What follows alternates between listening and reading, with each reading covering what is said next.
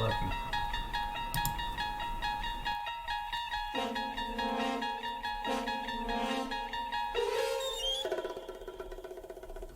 You find yourself in a realm of endless possibilities. You step forth into the genesis of a world where the only limit is your imagination. A dimension where you can travel to planets in the furthest reaches of space, or cast yourself into a sea of dreams. If you stop and listen carefully, you may find yourself in the Hidden Palace Zone.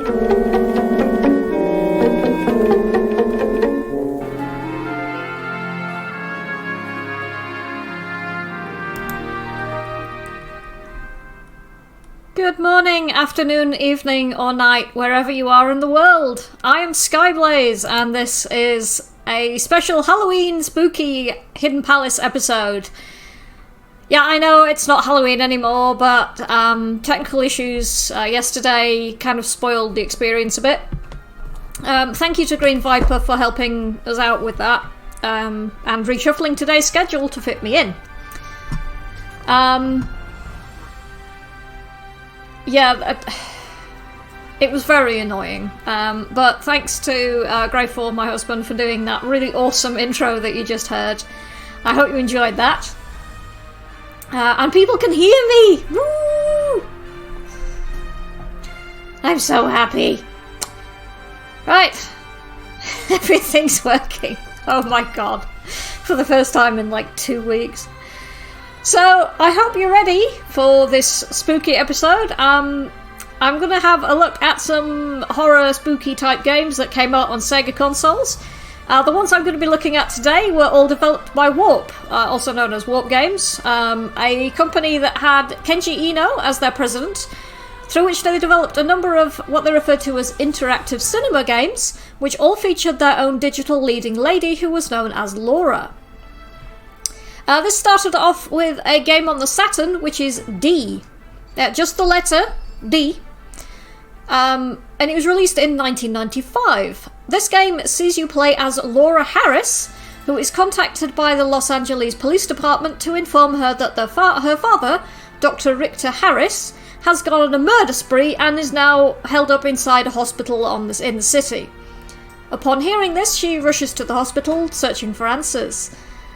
Entering the hospital, Laura is suddenly transported to a castle of medieval construction. Somehow undeterred by this peculiar development, she continues her search and encounters various horrifying events as she delves deeper and deeper into the castle, trying to discover what in the hell is actually going on. I couldn't find any music for this particular game, which not too surprising considering it's just the letter D. So that made things a bit hard, but instead I've got a couple of kind of spooky related games ish. One of them, it's a bit, well, it has a witch, it stars a witch. So we've got Bayonetta Beloved Second Sphere, and then after that we've got from Bad Omen or Devilish, depending on which region you're in, we've got Stage 1 Graveyard. So enjoy this musical break, and I'll be back after the break to talk a bit more about D and the other games from Warp.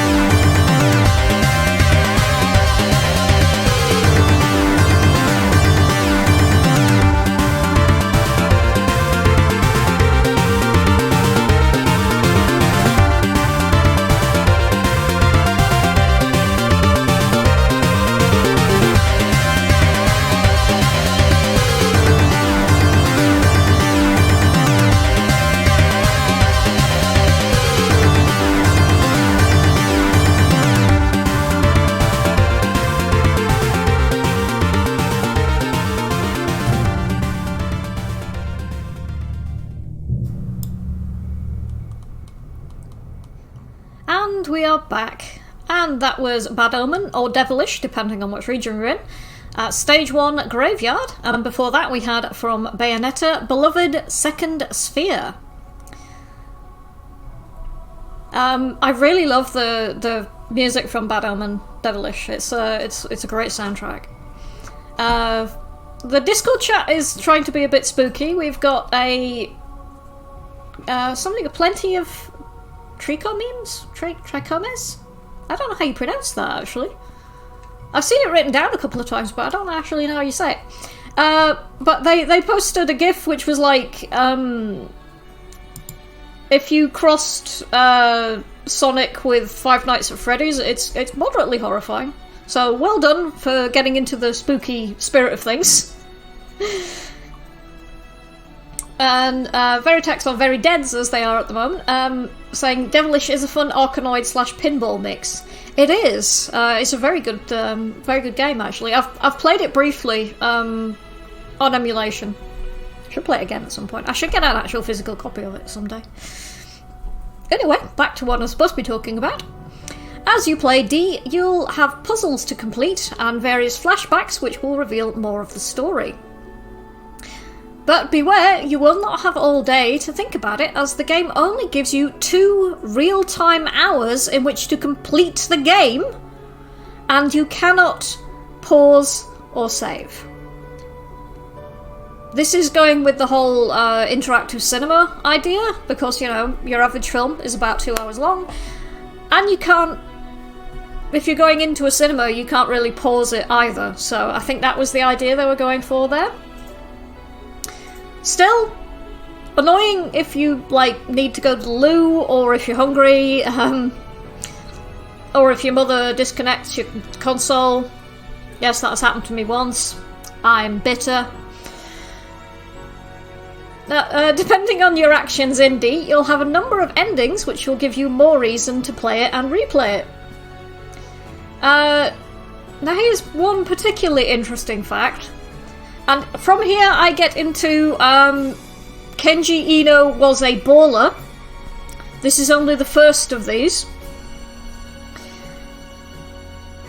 Kenji Eno was a bit concerned about the sort of content that D contained, and he was worried it was going to get blocked by the censors. So he finished the game and submitted a clean version that excluded a lot of the content that he was concerned about. Particularly things like violence and blood, and I think there were some religious references in there as well that he was concerned about, because the 90s were a strange time. And then he delayed submitting the final product to the point that it meant he had to hand-deliver the completed game to the manufacturers in the USA. So while he was on the plane over, he swapped out the safe, clean version with the originally intended game, which included all of the content that the censors were likely to object to, which allowed him to bypass the censors. This turned out to be quite a clever move on his part, as the game was a massive success. But wow! Wow! Also, that is not the most, like, incredible thing this guy did. I will tell you more later, but there is something he did which surpassed even that. Because this guy, man, this guy. Veritex is saying that he has a physical copy of Bad Omen / Devilish, and it's not that expensive. At least it wasn't as of a few years ago. I would pick up a copy of it if I'd actually seen a physical copy of it. In this country, I have not yet. If I do, I will probably pick one up. Right, let's have another music break. We've got 2 requests. One of them is from Electric Boogaloo, who is apparently on family business at the moment, so is not listening in. But when I finally get around to putting up the podcast, I hope he appreciates this. So, from Altered Beast, the PS2 version, which is apparently either published or developed or something to do with Warp, we have Were Tiger, which is requested by Nicholas Haman. And then from Real Sound, Kaze no Regret, A New Nostalgia, which was requested by Electric Boogaloo. The A New Nostalgia song takes a long while to get going, so please be patient. It's very, very quiet at the beginning. So be aware of that. And I hope you enjoy this, and I'll be back after the music break to discuss Warp's next game, which is Enemy Zero. Enjoy!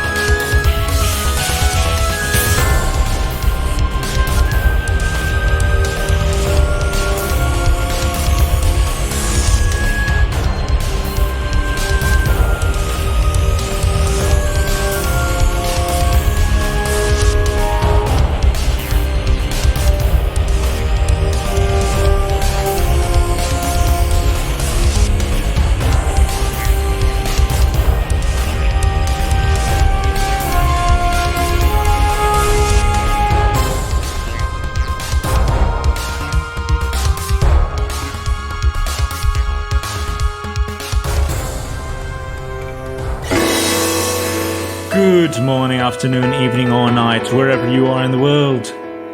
This is Nicolas Aman, the demon ruler of the Radio Sega playlist, and you're listening to The Hidden Palace.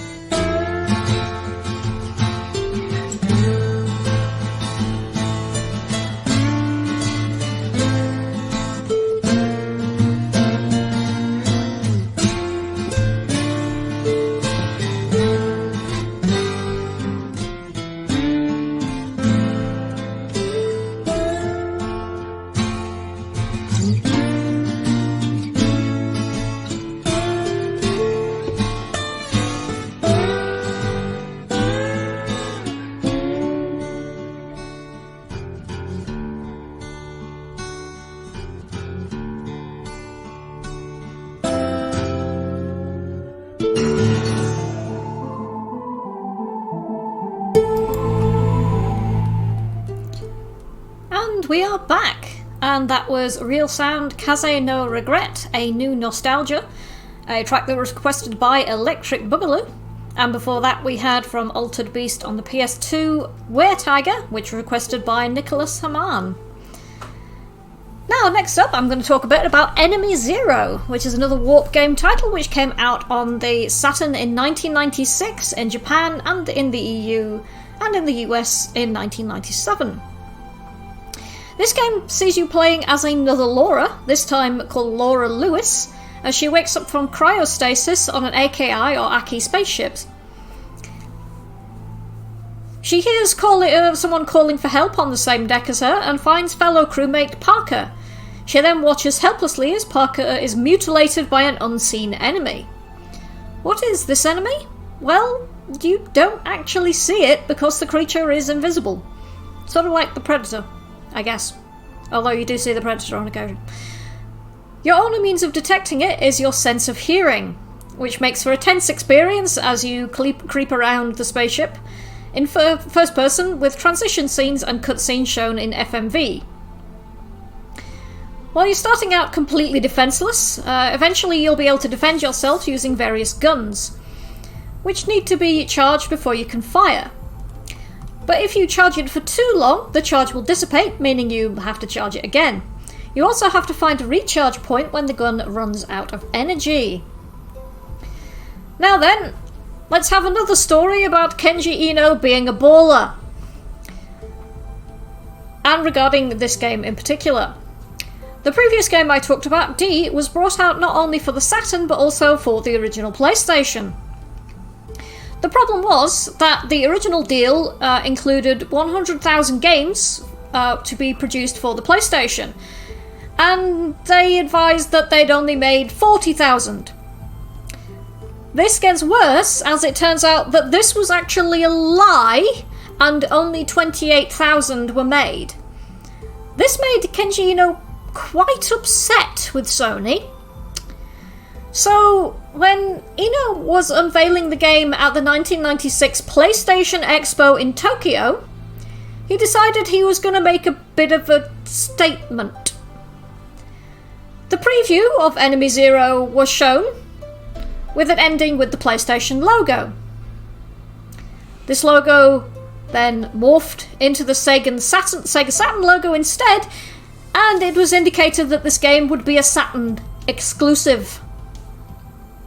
So, to sum up, at the Sony PlayStation event, Eno publicly defected from Sony to Sega.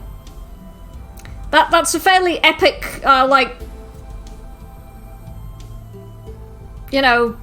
I don't really know how to say this while remaining PG. It's kind of a bit of a mic drop, isn't it? Wow. This guy. I really can't get over this. I mean, talk about rubbing it in Sony's face. Holy cow. I want to kind of take my hat off to him. But unfortunately he did die a few years ago, which is very, very sad. Oh, a wild electric boogaloo appears. I thought you weren't going to be here. And no one's saying, I like this man. Yes, it was pretty epic. I would like to buy him a beer. After buying a beer in the afterlife, but hey-ho. Sure, that's doable. Anyway, from Enemy Zero, we have the title track, Enemy Zero. And then after that, from Alien Isolation, we've got Escape from the Habitation decks. Because Enemy Zero reminded me a bit of Alien Isolation. So I hope you enjoy those. And I'll be back after this music break.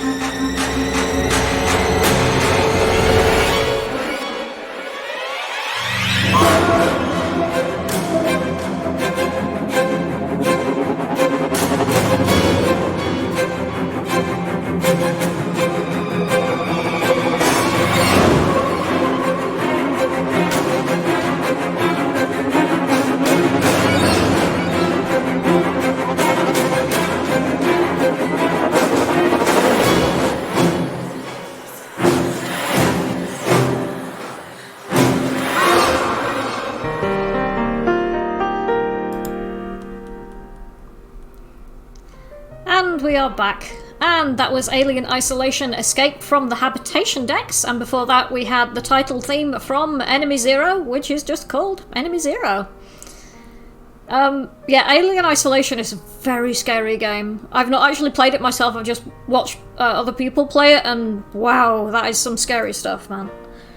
It's a really good game, it's really well put together, but I couldn't play it because my anxiety would be like, whoa, nope, lol. You shall not be doing this without passing out. Thanks, anxiety. Finally, we come to the last of the horror games Warp and Kenji Eno made for Sega. This was called D2. This game was originally set to come out on Panasonic's sequel to the 3D...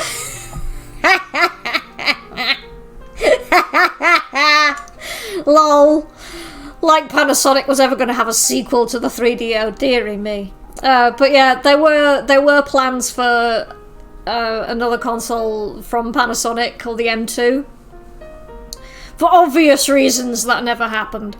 I mean, the 3DO was not quite as much of a disaster as like the CDI, but it still wasn't great. So unfortunately for Panasonic, that console was never made, but thankfully for the Dreamcast, this meant that it got another game for its library. Electric Boogaloo is saying, well, D was a 3DO game originally, yeah, but, like, who bought it for the 3DO? Come on. Like, 3 people. Oh, hello, Nova Wolfen. He's apparently halfway through playing Alien Isolation. He should finish it. Yeah, but you keep getting distracted by playing all those games for Human Game Collective. Electric Boogaloo is saying, many of Warp's earlier games were on the 3DO. Yeah, but so was a lot of things, and yeah, about 5 people ever bought them. I actually lived with a guy who had a 3DO. I did play a couple of games on it, but I honestly can't remember what they were. Anyway. Let's move on. So D2 was released in 1999. I'm going to look at my talkpad. and in 1999 Japan and 2000 in the US. And this time you play as Laura Parton. We see her about to sleep while on a plane trip, with only indication of when this game is set by what is showing on Laura's laptop, which tells us this is the 25th of December, the year 2000. The peaceful flight is then interrupted by a small group of terrorists who appear to be part of some sort of cult babbling on about the coming of the Great Destroyer. That just makes me think of Ghostbusters, but maybe that's just me. Matters seem to get even worse when a meteor then strikes the plane, causing it to crash somewhere in the Canadian wilderness. What are the odds of that? Your plane gets hijacked by terrorists and then struck by a meteorite. I mean, astronomical doesn't even seem to describe it. Laura then awakes after a series of terrible dreams to find herself in a cabin with a fellow survivor called Kimberly, who apparently found her only 2 days ago. However, as Kimberly explains, the plane crash itself happened 10 days ago, meaning there is an inexplicable 8-day gap where Laura had managed to survive in the snowy Canadian wilderness before Kimberly found her. After another run-in with one of the surviving cultists, who somehow transforms into some sort of plant monster, as you do, Laura also sets out to look for help and other survivors. Electrobull is saying, it should be mentioned that D2 has nothing to do story-wise with D. No, it does not. There is no connection apart from the name and the fact that the starring character is called Laura, and based on the same actress.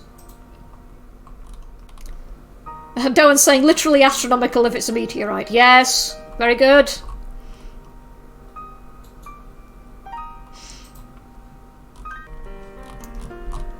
Laura was meant to be positioned as a digital actress who plays different roles in each game, looks just like in movies. Yeah, it's an interesting idea. It's one that I heard of that sort of time period. Various people were kind of like trying to talk up this idea of digital actors, but then you run into the whole appearance fees and rights to use somebody's appearance, because a lot of them were based on real people, so there was an idea that kind of hit a wall fairly quickly.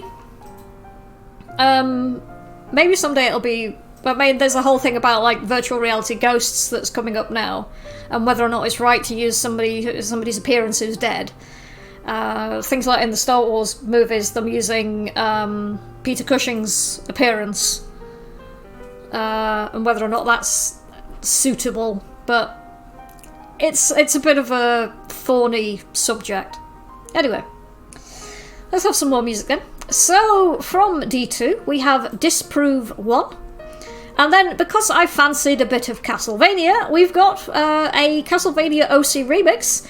This one is from Gario, and this is Castlevania Bloodlines Satanic Spire. So enjoy those, and I will speak to you after the break when I'm going to talk a bit about D2's gameplay.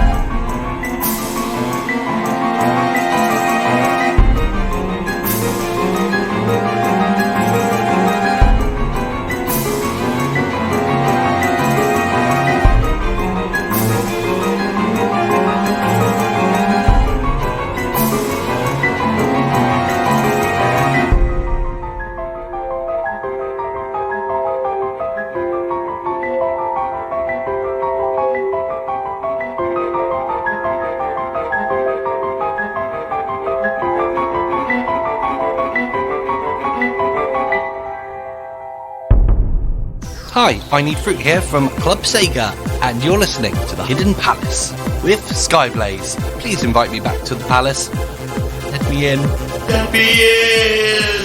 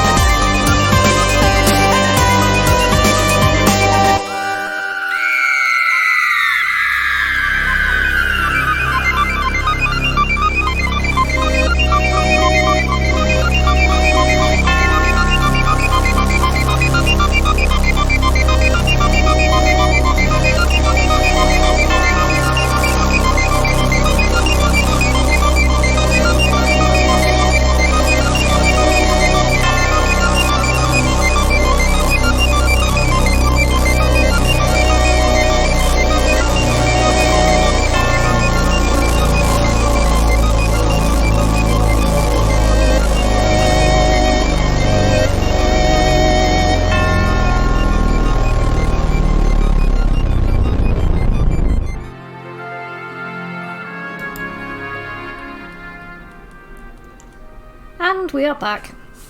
And that was Gary O from our friends over at OC Remix with Castlevania Bloodlines Satanic Spire.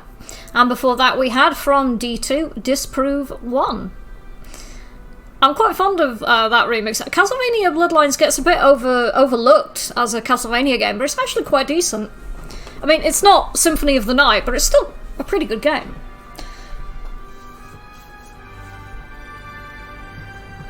I'm not sure why Chipchin Corner's been posted when I've got another segment to go, but hey-ho. That's great for my husband, who's currently doing the social media for tonight, and he's a little bit too eager.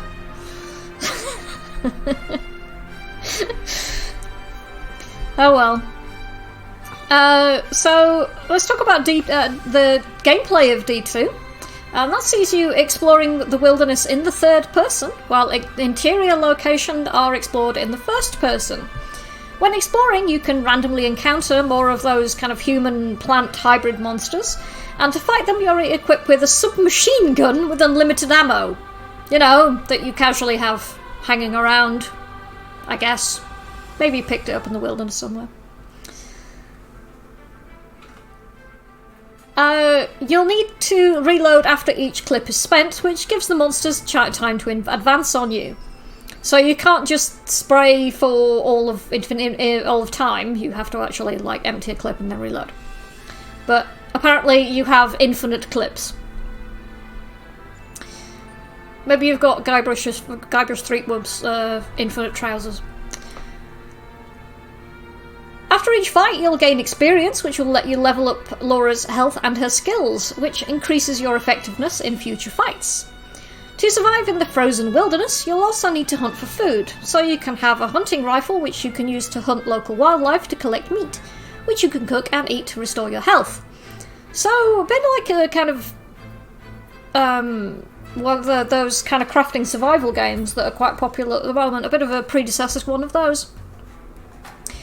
One final interesting fact for this game, while the plot for the original D2 made for the failed Panasonic M2 was shelved, if you purchased the Dreamcast re-release of Real Sound Kaze No Regret, which I mentioned earlier with the song that Electric Boogaloo requested, a save file can be put onto your Dreamcast VMU, that's Visual Memory Unit for those who are not familiar. I imagine most of you are though. And this will unlock a secret movie in D2. This movie is a preview of the original M2 version of D2. Sadly, this secret is not available in the North American version, but can still be briefly seen as an in-flight movie during the game's initial opening sequence. One other thing I'm going to mention about Warp, as I mentioned earlier, Kenji Ino died with his final game not finished, and Electric Boogaloo was telling me about this earlier today. He wanted to finish a game called I think it was how do you pronounce that? Kakexun? I'm not sure. And what remained of his studio posted it on Indiegogo. Unfortunately, it didn't meet its total. Some reports say that they only made $5,000 out of the $100,000 that they actually wanted for the Indiegogo campaign to create the beta. And that's pretty sad to me. I mean, it was his final project and he never got to finish it, and his studio tried to finish it for him and didn't have the opportunity. That's pretty sad. Anyway, let's have some more music, and then we'll be into Chipchin Corner. So from Shining Force Cross Raid, we've got Ghost, and then from Soul Reverse, we've got Only a Dead Enemy, right? So enjoy those, and I'll be back after the break for Chipchin Corner.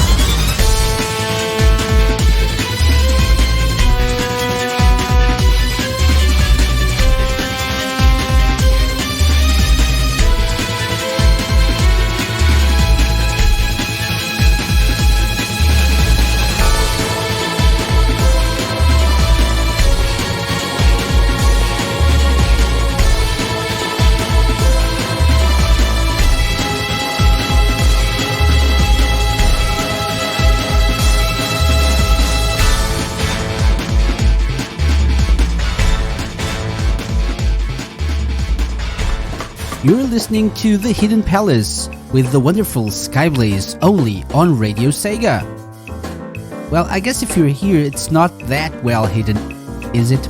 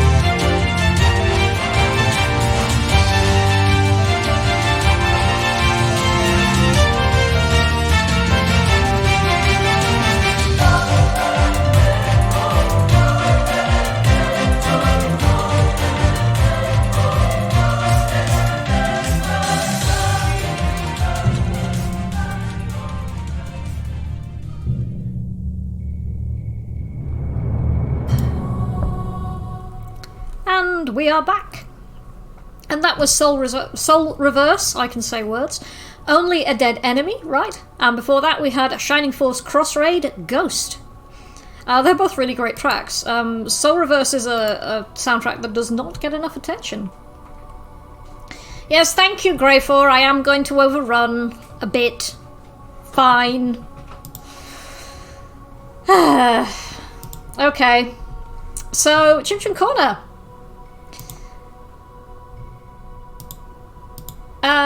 Where was I? Right, so Theremin Hero, aka Greg Stewart, is a performer who, as per his name, often features a theremin in his performances. If you do not know what a theremin is, I suggest you look it up, they are pretty cool.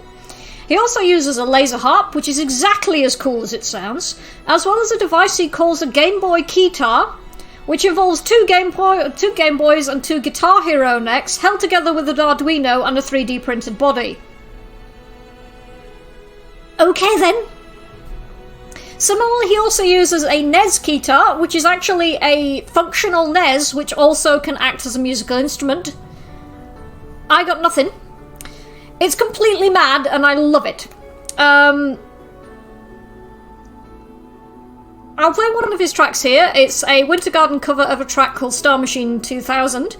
But for the full effect, I suggest finding his performances on YouTube. I will link a video in the Discord chat for you to have a look at, because it is completely mad and you should really see this in order to fully understand.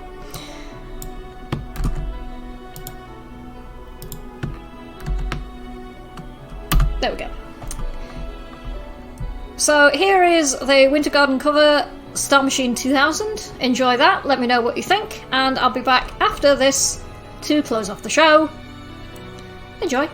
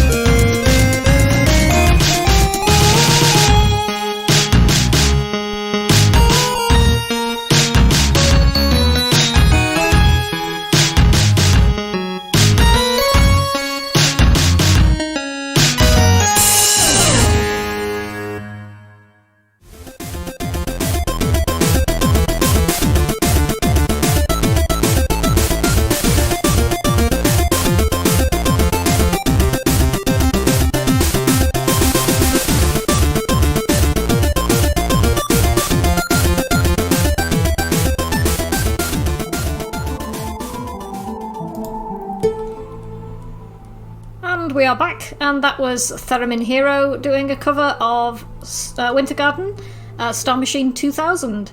I strongly encourage everyone to check out his YouTube channel because his live performances are something to see. But thank you everybody for tuning in today for this delayed Halloween spooky special.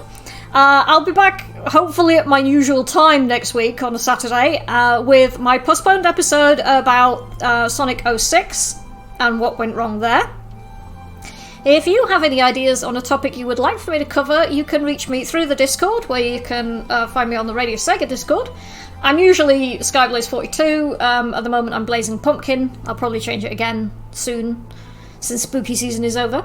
You can also reach me on Twitter, where I am at Blazing Skies, or you can reach me through the Radio Sega Twitter or Facebook pages. Stay tuned for Rexy's Sega Mixer Drive, which is slightly delayed because I am a terrible person.